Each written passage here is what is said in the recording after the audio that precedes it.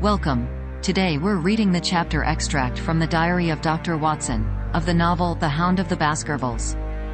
Now, sit tight and let's get into it. So far I have been able to quote from the reports which I have forwarded during these early days to Sherlock Holmes. Now, however, I have arrived at a point in my narrative where I am compelled to abandon this method and to trust once more to my recollections, aided by the diary which I kept at the time. A few extracts from the latter will carry me on to those scenes which are indelibly fixed in every detail upon my memory. I proceed, then, from the morning which followed our abortive chase of the convict and our other strange experiences upon the moor. October 16th, a dull and foggy day with a drizzle of rain. The house is banked in with rolling clouds, which rise now and then to show the dreary curves of the moor, with thin, silver veins upon the sides of the hills, and the distant boulders gleaming where the light strikes upon their wet faces. It is melancholy outside and in. The baronet is in a black reaction after the excitements of the night. I am conscious myself of a weight at my heart and a feeling of impending danger, ever-present danger, which is the more terrible because I am unable to define it. And have I not cause for such a feeling? Consider the long sequence of incidents which have all pointed to some sinister influence which is at work around us. There is the death of the last occupant of the hall, fulfilling so exactly the conditions of the family legend, and there are the repeated reports from peasants of the appearance of a strange creature upon the moor. Twice I have with my own ears heard the sound which resembled the distant baying of a hound. It is incredible, impossible, that it should really be outside the ordinary laws of nature. A spectral hound which leaves material footmarks and fills the air with its howling is surely not to be thought of. Stapleton may fall in with such a superstition, and Mortimer also, but if I have one quality upon earth it is common sense, and nothing will persuade me to believe in such a thing. To do so would be to descend to the level of these poor peasants, who are not content with a mere fiend dog but must needs describe him with hellfire shooting from his mouth and eyes. Holmes would not listen to such fancies, and I am his agent. But facts are facts, and I have twice heard this crying upon the moor. Suppose that there were really some huge hound loose upon it, that would go far to explain everything. But where could such a hound lie concealed? Where did it get its food? Where did it come from? How is it that no one saw it by day? It must be confessed that the natural explanation offers almost as many difficulties as the other. And always, apart from the hound, there is the fact of the human agency in London, the man in the cab, and the letter which warned Sir Henry against them all. This at least was real, but it might have been the work of a protecting friend as easily as of an enemy. Where is that friend or enemy now? Has he remained in London, or has he followed us down here? Could he be the stranger whom I saw upon the tor? It is true that I have had only the one glance at him, and yet there are some things to which I am ready to swear. He is no one whom I have seen down here, and I have now met all the neighbours. The figure was far taller than that of Stapleton, far thinner than that of Frankland. Barrymore it might possibly have been, but we had left him behind us, and I am certain that he could not have followed us. A stranger then is still dogging us, just as a stranger dogged us in London. We have never shaken him off. If I could lay my hands upon that man, then at last we might find ourselves at the end of all our difficulties. To this one purpose I must now devote all my energies. My first impulse was to tell Sir Henry all my plans. My second and wisest one is to play my own game and speak as little as possible to anyone. He is silent and distrait. His nerves have been strangely shaken by that sound upon the moor. I will say nothing to add to his anxieties, but I will take my own steps to attain my own end. We had a small scene this morning after breakfast. Barrymore asked leave to speak with Sir Henry, and they were closeted in his study some little time. Sitting in the billiard room I more than once heard the sound of voices raised, and I had a pretty good idea what the point was which was under discussion. After a time the baronet opened his door and called for me. Barrymore considers that he has a grievance, he said. He thinks that it was unfair on our part to hunt his brother-in-law down when he, of his own free will, had told us the secret. The butler was standing very pale but very collected before us. I may have spoken too warmly, sir, said he, and if I have, I am sure that I beg your pardon. At the same time, I was very much surprised when I heard you two gentlemen come back this morning and learned that you had been chasing Selden. The poor fellow has enough to fight against without my putting more upon his track.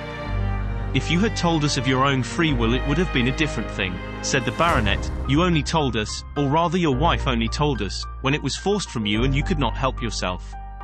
I didn't think you would have taken advantage of it, Sir Henry, indeed I didn't. The man is a public danger. There are lonely houses scattered over the moor, and he is a fellow who would stick at nothing. You only want to get a glimpse of his face to see that. Look at Mr. Stapleton's house, for example, with no one but himself to defend it. There's no safety for anyone until he is under lock and key. He'll break into no house, sir. I give you my solemn word upon that. But he will never trouble anyone in this country again. I assure you, Sir Henry, that in a very few days the necessary arrangements will have been made and he will be on his way to South America. For God's sake, sir, I beg of you not to let the police know that he is still on the moor. They have given up the chase there, and he can lie quiet until the ship is ready for him. You can't tell on him without getting my wife and me into trouble. I beg you, sir, to say nothing to the police.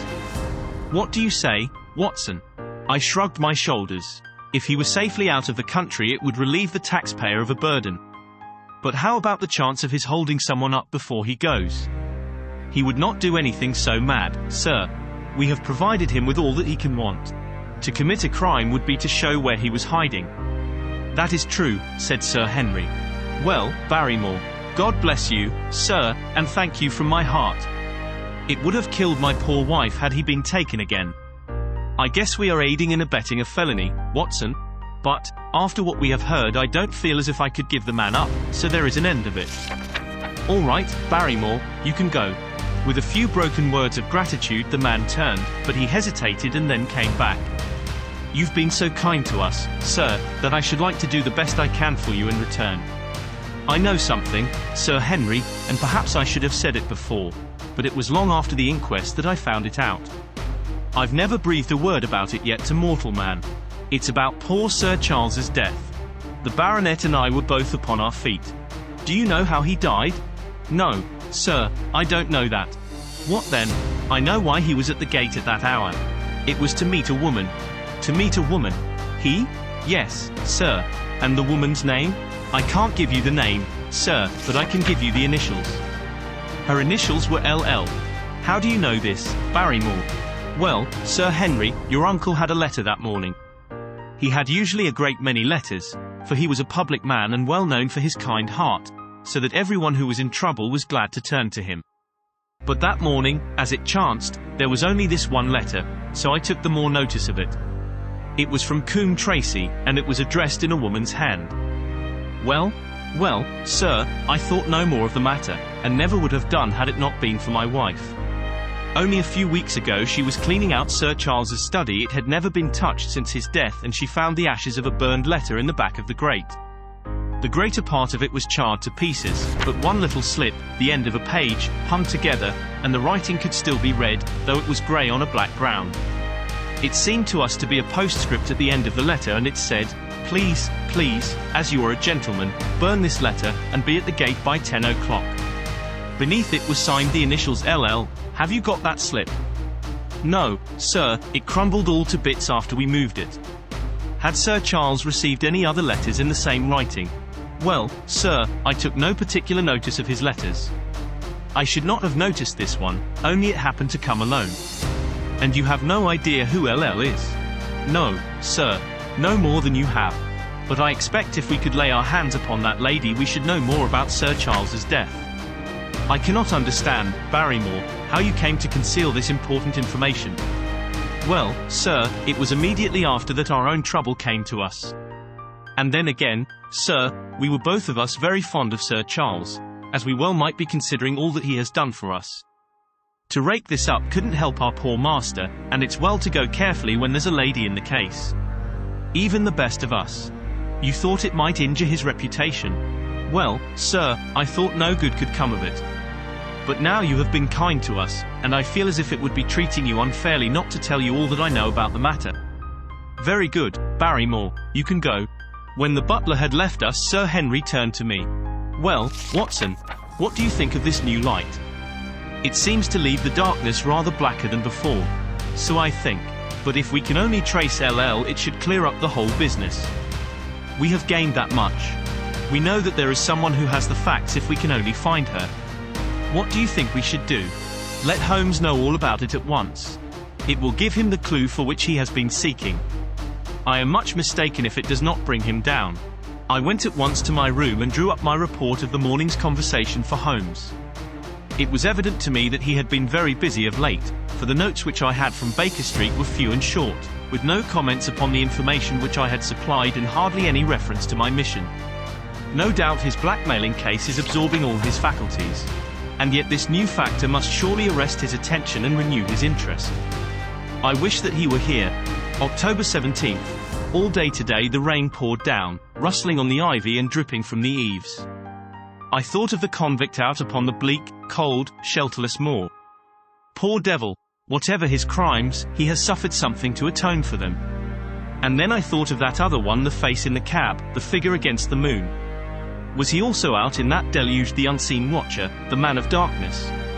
In the evening I put on my waterproof and I walked far upon the sodden moor, full of dark imaginings, the rain beating upon my face and the wind whistling about my ears. God help those who wander into the great mire now, for even the firm uplands are becoming a morass. I found the black tor upon which I had seen the solitary watcher, and from its craggy summit I looked out myself across the melancholy downs.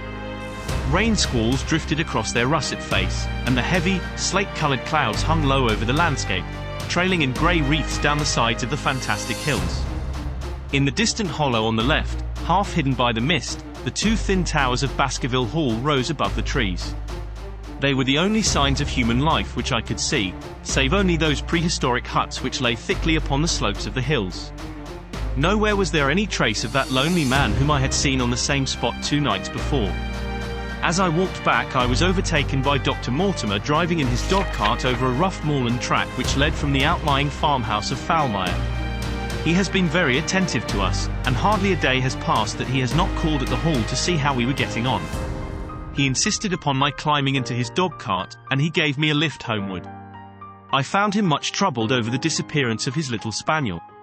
It had wandered on to the moor and had never come back. I gave him such consolation as I might, but I thought of the pony on the Grimpen Mire, and I do not fancy that he will see his little dog again. By the way, Mortimer, said I as we jolted along the rough road, I suppose there are few people living within driving distance of this whom you do not know. Hardly any, I think. Can you, then, tell me the name of any woman whose initials are LL? He thought for a few minutes. No, said he. There are a few gypsies and labouring folk for whom I can't answer, but among the farmers or gentry there is no one whose initials are those.